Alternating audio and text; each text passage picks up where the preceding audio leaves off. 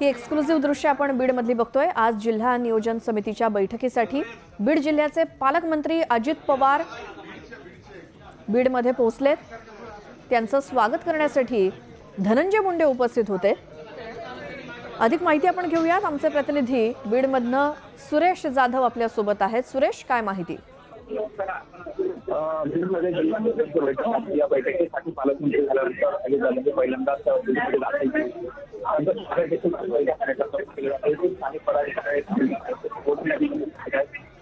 सुरेश, नीट आवाज पोहोचत नाहीये। गर्दी आहे भरपूर ही राष्ट्रवादी काँग्रेसच्या कार्यालयामध्ये बीड मध्ये। तिथे धनंजय मुंडे यांनी स्वतः अजित पवारांचं स्वागत केलं। बीड जिल्ह्याचे पालकमंत्री झाल्यानंतर प्रथमच अजित पवार हे बीड मध्ये आलेले आहेत। त्यामुळे या जिल्हा नियोजन समितीच्या बैठकीकडे सगळ्यांचं लक्ष आहे आणि महत्त्वाचं म्हणजे धनंजय मुंडे यांच्या मंत्रिपदाबाबत आणि एकूणच सगळ्या बीड मधल्या प्रकरणावरती अजित पवार आज काही बोलतात का, याकडे सगळ्यांचं लक्ष असणार आहे। ही दृश्य आत्ताची आपण थेट बघतोय बीड मधल्या राष्ट्रवादी काँग्रेसच्या कार्यालयातली। तिथे धनंजय मुंडेंच्या हस्ते अजित पवार यांचं स्वागत करण्यात आलं। पालकमंत्री झाल्यानंतर प्रथमच अजित पवार बीड दौऱ्यावरती आलेले आहेत। सरपंच संतोष देशमुख हत्या प्रकरणाच्या मुद्द्यावरनं काही बोलतात का अजित पवार आजच्या दौऱ्यामध्ये, आणि याकडे आपलं लक्ष असेलच। त्यामुळेच या बीड दौऱ्याला अजित पवारांच्या महत्त्व प्राप्त झालंय। आज ते बीड मध्ये आलेत। अगदी सकाळीच त्यांचं राष्ट्रवादी काँग्रेसच्या कार्यालयामध्ये जिथे स्वागत करण्यात आलं ते स्वागतच धनंजय मुंडे यांनी केलं। थोड्याच वेळात या जिल्हा नियोजन समितीच्या बैठकीला सुरुवात होईल। मात्र पालकमंत्री प्रथमच जिल्ह्यामध्ये आलेत म्हटल्यावर अनेकांनी त्यांची गाठभेट घेण्यासाठी गर्दी केलेली आहे। हे दृश्य आपण बघतोय बीड मधल्या राष्ट्रवादी काँग्रेसच्या कार्यालयातली। धनंजय मुंडे हे देखील राष्ट्रवादीच्या कार्यालयामध्ये उपस्थित आहेत। आपण बघतोय बीड जिल्हा राष्ट्रवादी काँग्रेस पार्टीचं हे कार्यालय आणि तिथे पालकमंत्री अजित पवार आलेत। सोबतच धनंजय मुंडे, मंत्री धनंजय मुंडे सुद्धा आहेत। पालकमंत्री झाल्यानंतर अजितदादा प्रथमच बीड जिल्ह्यात आल्यानंतर बीड जिल्ह्यातले जे काही स्थानिक नेते आहेत, पदाधिकारी आहेत राष्ट्रवादी काँग्रेसचे, हे अजित पवारांचं स्वागत करण्यासाठी, त्यांना भेटण्यासाठी पोहोचलेत। अजित पवार आणि धनंजय मुंडे एकत्रितपणे आपल्याला दृश्यात दिसतायत। सरपंच संतोष देशमुख हत्या प्रकरणानंतर इतकं वादंग उठलंय। धनंजय मुंडेंच्या राजीनाम्याची मागणी केली जाते आणि या पार्श्वभूमीवर अजित पवार आज बीड जिल्ह्याच्या दौऱ्यावरती असताना ते नेमकं या प्रकरणामध्ये बाबत काही बोलतात का, याकडे आपलं लक्ष असेल।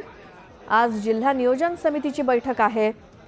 पालकमंत्रीपद बीडचं घोषित झाल्यानंतर अजित पवार हे प्रथमच बीड जिल्ह्यामध्ये येत आहेत आणि राष्ट्रवादी काँग्रेसच्या कार्यालयामध्ये बीड मधल्या राष्ट्रवादीच्या स्थानिक नेत्यांकडनं, पदाधिकाऱ्यांकडनं अजित पवारांचं स्वागत बीड जिल्ह्यामध्ये केलं जात आहे। कारण पालकमंत्री झाल्यापासून प्रथमच ते बीड मध्ये दाखल झालेत।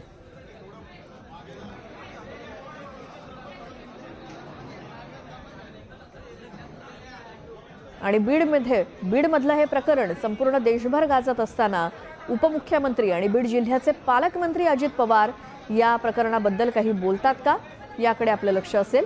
आज जिल्हा नियोजन समितीची बैठक आहे। अगदी बीड मधल्या राष्ट्रवादी काँग्रेसच्या महिला पुरुष कार्यकर्त्यांसोबतच अनेक स्थानिक पातळीवरचे नेते हे अजित पवारांना भेटण्यासाठी आलेत।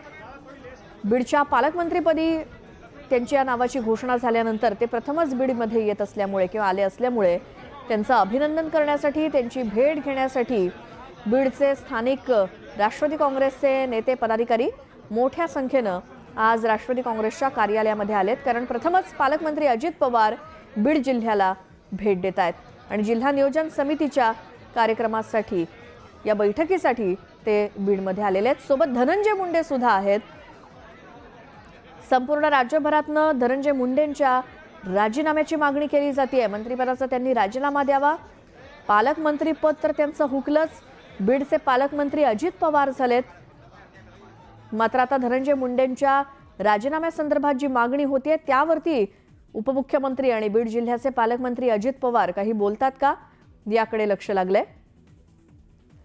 इतर पक्षातल्या नेत्यांकडून सुद्धा धनंजय मुंडे यांच्यावरती सातत्यानं टीका केली जाते, सातत्यानं त्यांच्या राजीनाम्याची मागणी होतीये आणि अजित पवार हे बीड जिल्ह्याचे पालकमंत्री झाल्यानंतर राष्ट्रवादी काँग्रेसच्या कार्यालयात आलेले असताना त्यांचं स्वागत करण्यासाठी धनंजय मुंडेच उपस्थित होते.